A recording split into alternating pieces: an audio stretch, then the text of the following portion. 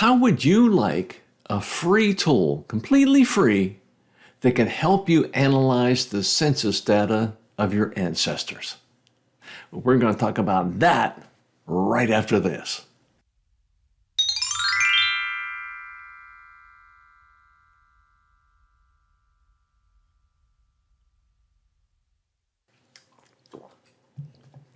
Oh, hi there, fellow roadie.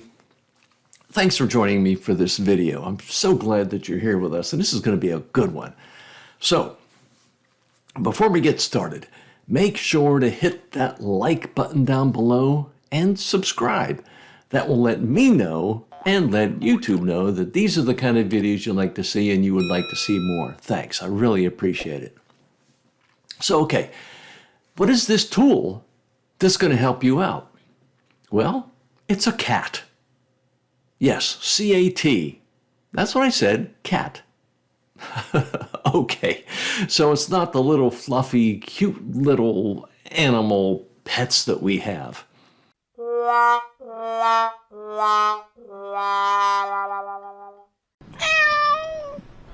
But it's something I call a census analysis table. Yeah, census analysis table, CAT. Now, this sounds like it might be something very complex, but it's really pretty easy. And you know, the way you're going to be able to put one together for your ancestors is to use a tool that many of you already have on your computer. It's a spreadsheet. Yeah, a spreadsheet. And if you've never heard of a spreadsheet, you don't know what a spreadsheet is. Just a quick explanation. It's a tool that's made up of a bunch of cells. It's made for making tables, is what it is. And there's lots and lots of businesses, small and large, that use it for all kind of things, mainly for anything that involves numbers. But, you know, we're not really going to use it for that. We're only going to use the most basic functions of the spreadsheets. If you don't have one, you can get one for free. If you have a Mac computer, you already have one on your computer. But if you have a Windows computer, you might not necessarily have one.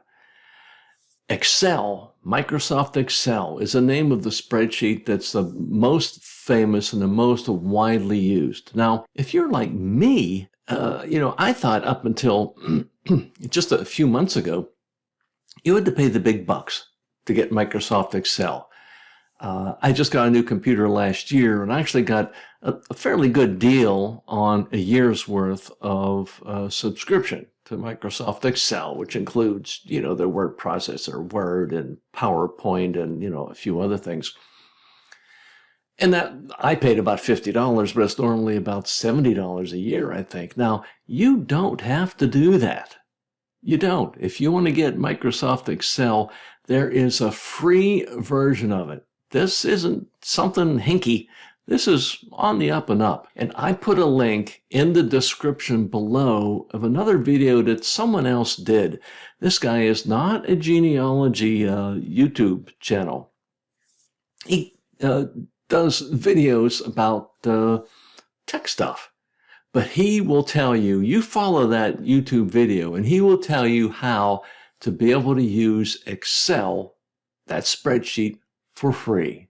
Okay? If you don't want to use Microsoft products, there's other things too, but they're all over the place online. You can look them up. Just say Microsoft Excel alternate, and you'll get all kinds of information. Now, again, in this video, I'm not going to teach you how to use a spreadsheet because, there's lots of videos on all those different spreadsheets online too. Oh, Google. Google also has a free spreadsheet.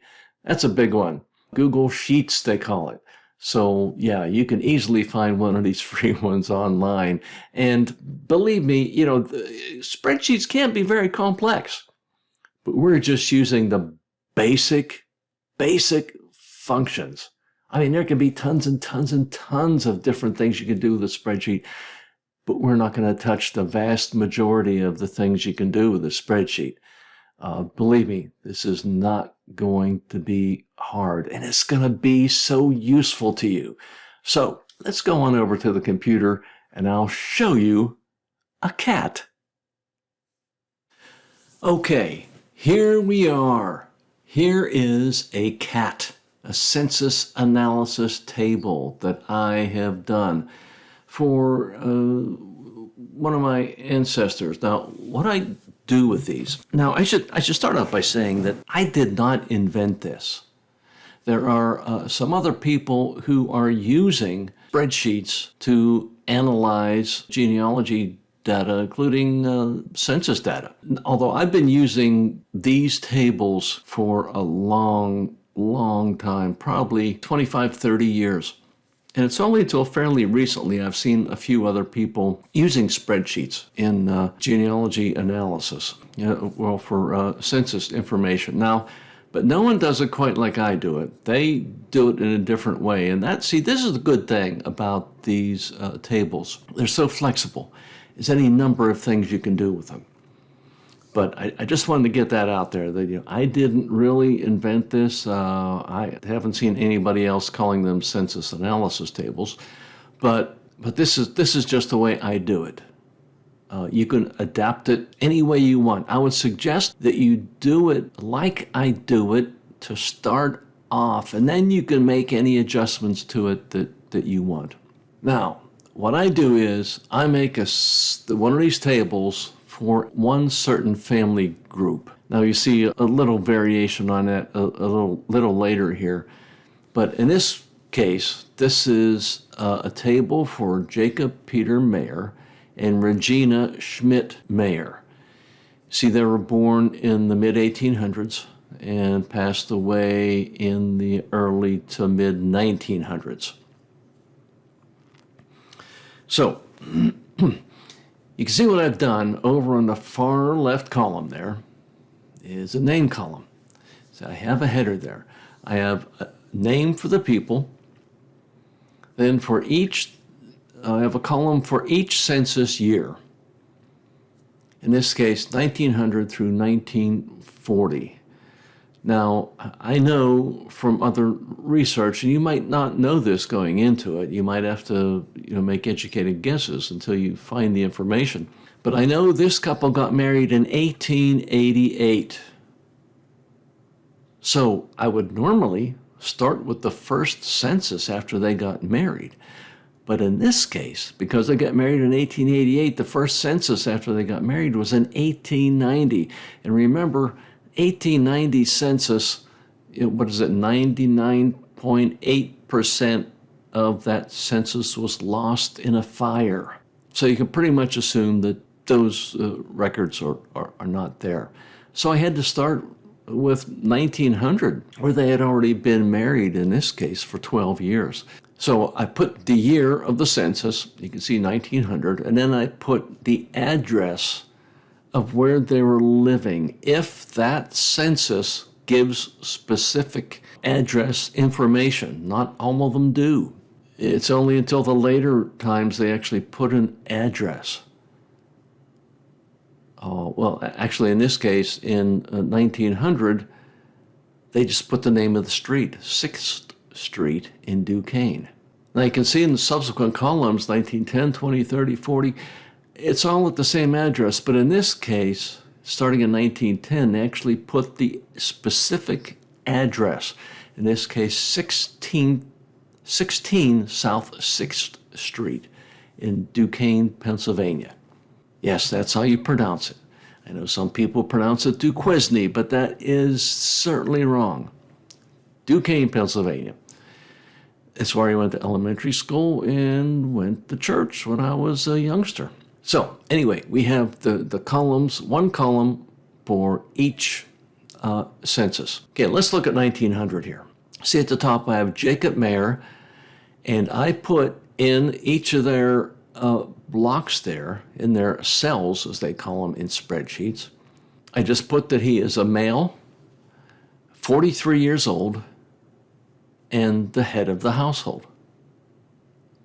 Now once again, when you go back far enough, 1870, they didn't list the actual relation of each individual person to the head of household until 1880.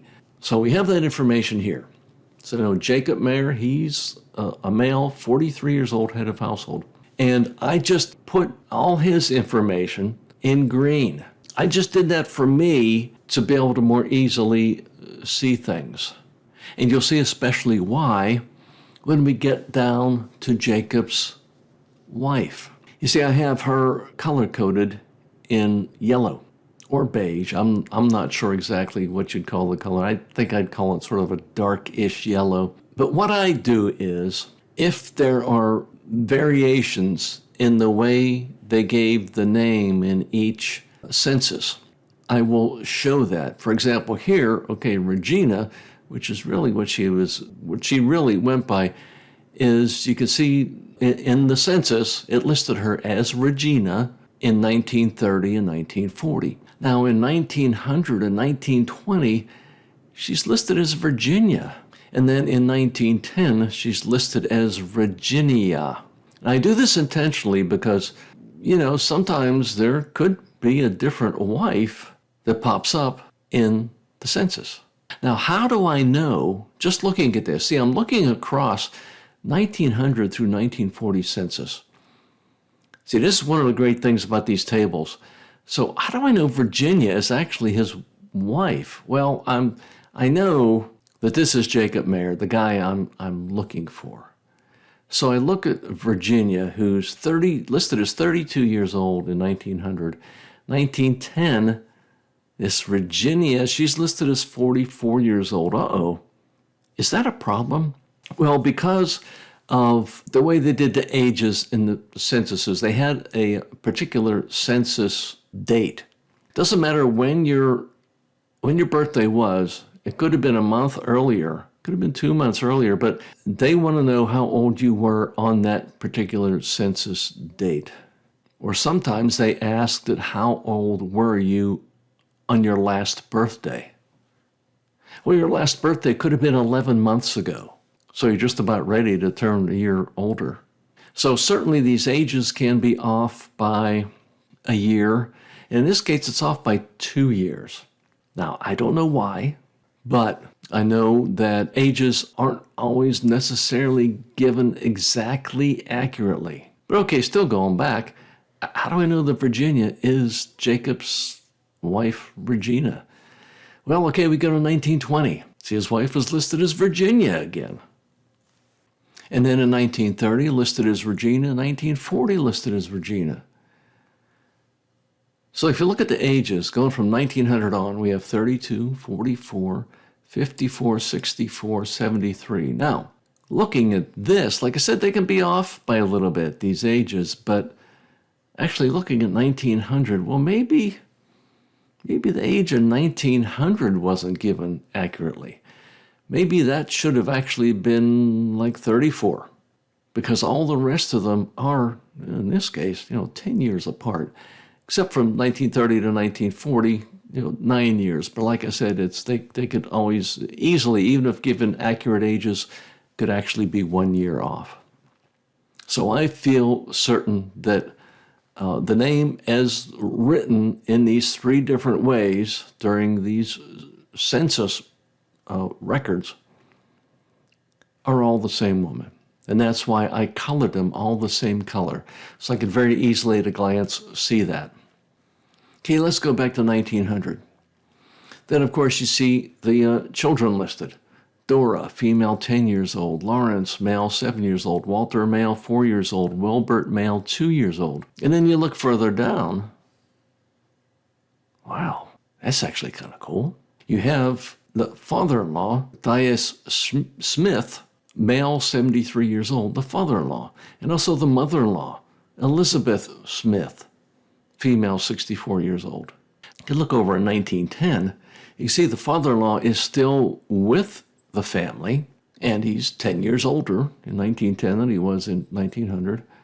He's a widow then. His wife died. But you see his name is listed as Matthias Schmidt, which is really what he usually went by. He usually went by his German name Schmidt. But for some reason, in 1900, whoever was giving the information said their name as Smith. I mean, it's possible that the census taker could have been told that the name was Schmidt, and they wrote it down as Smith, just to anglicize it. I don't know. But then, of course, in 1910, you see that Jacob and Regina had a couple more children, too, along with the father-in-law. Now, I could have, and maybe should have, and like I said, you can do anything you want with these. I should have taken Matthias Schmidt in 1910 and Matthias Smith 1900, and I could have put them both the same color because I believe they're the same person. And I'll probably go ahead and do that at some point. And you see, actually what I've done is I have alternated, I've done color gray in every other line just to make it easier to read. Okay, then we go over to 1920. They're still living at 16 South 6th Street. Jacob, you got listed as Virginia, but she went by Regina, really. And then you see that, well, some of those children now aren't listed there. Dora, who is 20 years old in 1910, is not listed there. She either got married or, may have passed away even. You'd have to do more research into that. You see, Lawrence is 27 years old. He's still living there. Walter, who was 15 years old in 1910, is not there in 1920. He could have gotten. And actually, it's not really a spoiler alert because you can see all this together, all on this chart. You can see Walter is back living with them in 1930. 1920, they still have their 21-year-old son, Wilbert, living with them. Fidelis, 17, living with them, and Ambrose, 12 years old. Okay, if we go over to 1930, once again, Jacob is still the head of the household, and Regina, his wife, is there. But his son, Walter, is living with them, as is their 22-year-old son, Ambrose. And then look below. Now, they also have their daughter-in-law living with them. Their daughter-in-law. Now, figure there's a good chance that is the wife of either Walter or Ambrose. Now, the only way you know that for sure is, look, once again, all this information all on one table. You look over 1940, Walter, their son Walter, is listed as head of the household. Now, once again, I normally just do one family group with, in this case, Jacob and Regina together. Now, by 1940, I know that Jacob died in 1938, so he's not listed there. But it's still the same house. It's 16 South 6th Street. But here, Walter is listed as the head of household. And then his mother, who's a widow, is living with them. And you see down below, Walter's wife, who's Wilhelmina. So we know in 1930 that the daughter-in-law that was living with Jacob and Regina was Walter's wife. Then you see Walter's children underneath his wife. Man, it's just great to see all this all in one place instead of going back and forth and back and forth and back and forth from census record to census record, all here in one place. This is such a big deal. It's helped me so much in me analyzing census records of my ancestors. Now, one thing I'll mention, once again, I said that I knew that they were married in 1888, Jacob and Regina. And that's why 1900 is the first census where they're listed together. Now, if there had been a couple whose marriage and family spans from, say, 1870 or so, all the way through up until, 1920 or whatever, so that 1890 census would be right in the middle there. I will not just list 1880 census right next to 1900. I will put another column in there and put 1890 on top and just make the whole column there. You can make it black or gray or, well, any color you want, just to show and to remind me when I'm looking at it, and anybody else who might look at this table, just to remind them that the 1890 census is not available. Just so I don't get confused, because I can get confused easily sometimes. So, especially when I get excited about looking at this genealogy. I mean, it's just, I just love this stuff. Now, once again, you can do anything you want with these tables. You can put in any kind of information you want. I chose just to put this essential information in there for each person. Their sex, age, and relation to the head of the household. And sometimes I'll do something different, like in 1940. I put that Regina was the mother of the head of the household, son Walter, and she was a widow at this point. So I'll just put widow in there just to, make it clear. Even though I made the comment up about Jacob, it doesn't say in the census records that he died in 1938. I just took the liberty and I put it in parentheses. So I would keep that straight in my mind to remember that he died in 1938. And that's why he's not in the 1940 census. And of course, it also makes it clear, too, when it says Regina is a widow. And once again, you can do anything you want. You can make different colors and anything you want. Now, you can add more information. Like I said, I just put this basic information in because that, to me, is the most vital in analyzing this. But you can put anything else in there you want. If you want to put in a person's occupation in that block for them, in 1900, if it says that they immigrated in 1875, then you can put that if you want. That's up to you. But I just try to keep it from getting too crowded and confusing. So try it like this first and see how you like it and make any adjustments to it. Matter of fact, if you end up making any adjustments or changes to it, let me know. Leave comments down below. If you have any luck with this, let me know. If you find it useful. If you have any suggestions for me or any others that might see this, then let us know. This is just going to be so helpful for you. I know it is because it has been for me over the past 20, 30 years, 30 years, I think maybe I've been doing these. So please give it a try, okay? There you go, my fellow roadie. That's how easy yet powerful this tool, the census analysis table, is. Now, please go ahead and give that a try because it's just gonna it's gonna send your analysis of the census from your ancestors way higher than what it was before. Being able to see all that data all in one place across the census years, oh man, it's been so useful for me, and I know it will be for you too. So hey, tell you what, I'll see you next time on the road to your family history.